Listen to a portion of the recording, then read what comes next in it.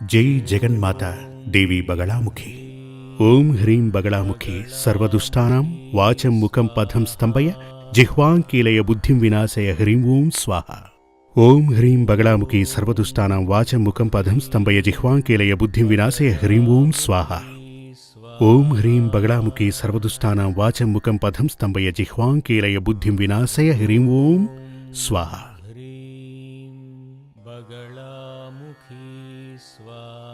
టీవీల్లో ఈ కార్యక్రమాన్ని చూస్తున్నటువంటి వీక్షకులందరికీ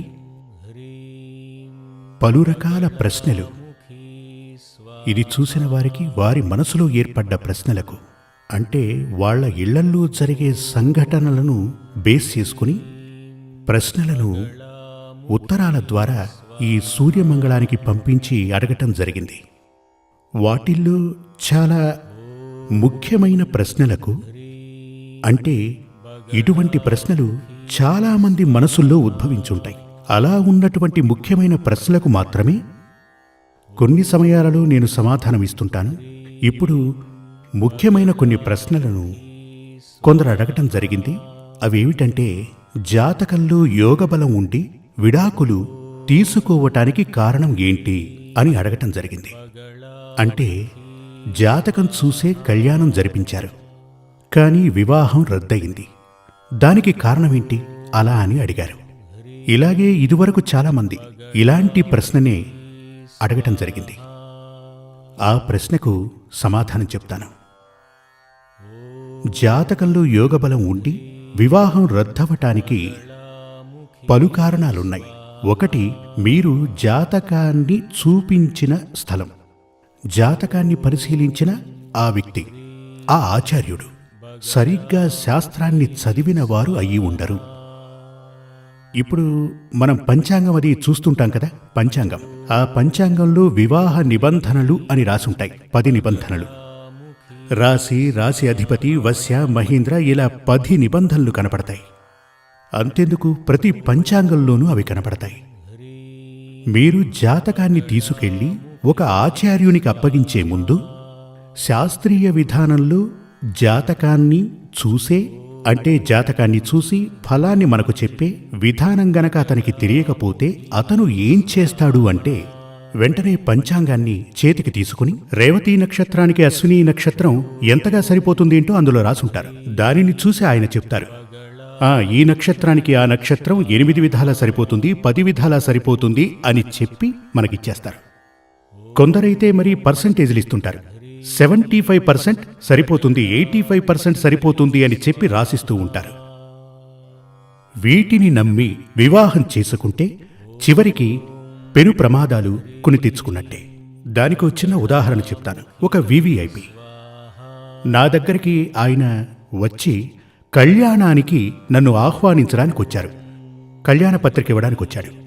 అప్పుడు నేను ఊరికే ఉంటే సరిపోయేది. ఉన్నా కూడా నేను అడిగాను, ఎప్పుడు పెళ్లి పెట్టుకున్నారు, ఎక్కడ పెళ్లి పెట్టుకున్నారు, ఇలాంటివన్నీ అడిగాను. ఎందుకంటే వారి జాతకం నా దగ్గర ఉంది.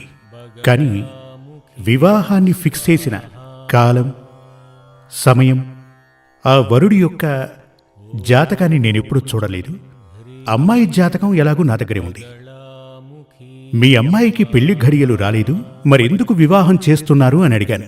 ఎందుకంటే చాలా కాలం తర్వాత నేను ఆయన్ని కలిశాను. లేదండి, అనుకోకుండా అలా ఫిక్స్ అయ్యింది. వాళ్ళ ఫ్యామిలీ జ్యోతిష్కుడున్నాడు, ఆయన దగ్గర చూపించి జాతకం సరిపోతుంది, 8 విధాలా బాగుంది, జాతకం చాలా బాగుంది అనగానే వివాహాన్ని ఫిక్స్ చేశాం అలా అని అన్నారు. అప్పుడు సరే ఓసారి ఆ జాతకం ఇవ్వండి చూస్తాను అనగానే ఆయన జాతకం ఇచ్చారు. ఆ జాతకాన్ని చూసినప్పుడు నేను అదే చెప్పాను, అవును 10 రకాలుగా కలుస్తోంది, 8 రకాలుగా కలుస్తోంది అని. కానీ ఈ పెళ్లి జరగకూడదు. ఏమిటి స్వామి, అన్నీ బాగున్నాయంటున్నారు, వివాహం జరగకూడదు అని చెప్తున్నారు. ఇప్పుడు వివాహానికి అన్ని ఏర్పాట్లు చేసేసుకున్నాం, నిశ్చయ తాంబూలం కూడా తీసుకోవడం జరిగిందన్నాడు. కానీ మీ అమ్మాయికి ఈ పెళ్లి జరగకూడదు అని చెప్పాను. అసలు ఎందుకు జరగకూడదు? ఒకటి, అమ్మాయికి ఇప్పుడు పెళ్లి ఘడియలు లేవు. ఇప్పుడు తన జాతకం ప్రకారం తాత్కాలికమైన సంబంధమే ఏర్పడుతుంది. కళ్యాణ ఘడియ లేదు కాబట్టి ఇప్పుడు కళ్యాణం జరపకండి, 1.5 సంవత్సరం తర్వాతే ఈవిడికి మాంగళ్య యోగం ఆరంభమవుతోందని చెప్పాను. అప్పుడు వారు, లేదు స్వామి, అందరికీ చెప్పేయటం జరిగింది, పత్రికలు కూడా పంచేశాం, మండపం బుక్ చేశాం, అందరికీ చెప్పేశాం, ఇప్పుడవి ఆపటం కుదరదు అని అన్నాడు. సరే, విధిరాతను ఎవరు మార్చగలరు అన్నాను. కొన్ని సమయాలలో విధిరాతను మార్చటం కుదరదు. తరువాత వాళ్ళు వెళ్ళిపోయారు. అప్పుడు వారు నన్ను అడిగుండొచ్చు, అసలు ఎందుకు ఈ వివాహం జరగదు అని. వారు అడగలేదు, నేను కూడా చెప్పలేదు. ఎందుకు జరగదంటున్నారని ఆయన అడగలేదు, నేను చెప్పలేదు. అన్నీ బాగున్నాయి, కానీ పెళ్లి చెయ్యకండి అని నేను చెప్పాను. వివాహం జరిగిపోయింది. వారు అనుకున్న సమయానికే చాలా గ్రాండ్గా పెళ్లి జరిగింది. నేను అప్పుడే ఆయనకు చెప్పటం జరిగింది, ఈ వివాహం జరిగితే మహా అయితే 6 మాసాలు, ఆ తర్వాత వారు విడిపోతారు అలా అని చెప్పాను. అప్పుడు వారు చాలా పెద్ద పార్టీ, అదే వివిఐపి అని చెప్పానుగా, అలా ఉండడం చేత నేను వారికి మరో విధంగా కూడా చెప్పాను. మీరు ఒక పత్రం తీసుకురండి, స్టాంప్ పేపర్, దాంట్లో రాసిస్తానని చెప్పాను. మీరు ఈ వివాహం ఆపు చేయండి అని చెప్పాను. అప్పటికింకా వివాహం జరగలేదు కదా, కేవలం నిశ్చయతాంబూలం మాత్రమే తీసుకున్నారు. దానిని ఏదో ఒకటి చెప్పి పోస్ట్ పోన్ చేయండి, స్టాప్ చేయండి. పోస్ట్ పోన్ కాదు, వద్దు. నా మాట వెళ్ళలేదు. ఇంకో రకంగా కూడా చెప్పాను. ఏ విధంగా చెప్పాను?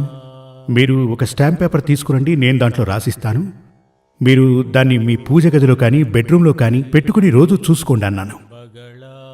వీరికి వివాహం జరిగితే 3 మాసాలలో విడిపోతారు, మహా అయితే 6 మాసాలు, ఆ తర్వాత కలిసి ఉండరని చెప్పాను.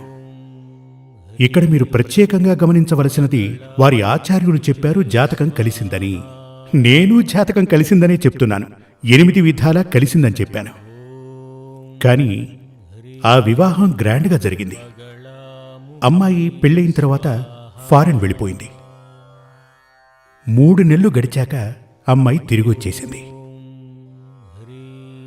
అత్తగారింట్లో చెప్పకుండా, భర్తకు చెప్పిందో లేదో ఆ విషయం నాకు తెలియదు.